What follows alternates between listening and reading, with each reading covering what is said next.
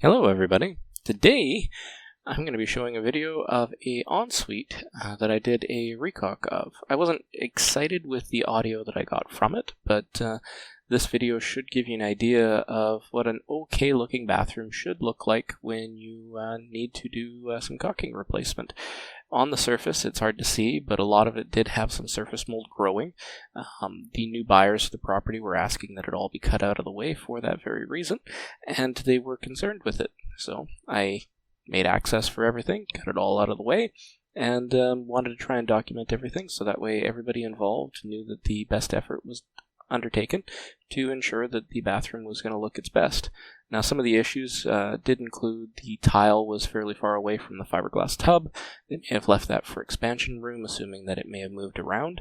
But in all reality, because the caulking and their mud was never worked in deep below to the edge, it was a huge gap that was all the way down. So if that caulking ever did split prior, it was going to leave a lot of water potentially moving into the finish down below. Now here I'm showcasing the refinish of everything, which the entire shower surround did need to be recaulked and refinished because there were small little areas where water was working into the surface, as well as the inside of that shower entry point was never caulked properly, so it was trapping water regularly underneath there, and it was causing a lot of surface decay to both the aluminum finish as well as the caulking finish that was in there, and this should look a lot nicer now moving forward.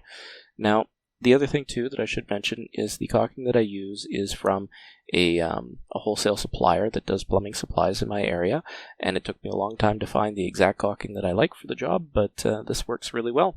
And final tip for you is if you are going to do any caulking like this, make sure to fill up a spray bottle with water and a little bit of dish soap and spray it down after working down the surface of the caulking into the finish, and you can wipe off the caulking really nicely with a minimal amount sticking to your fingers.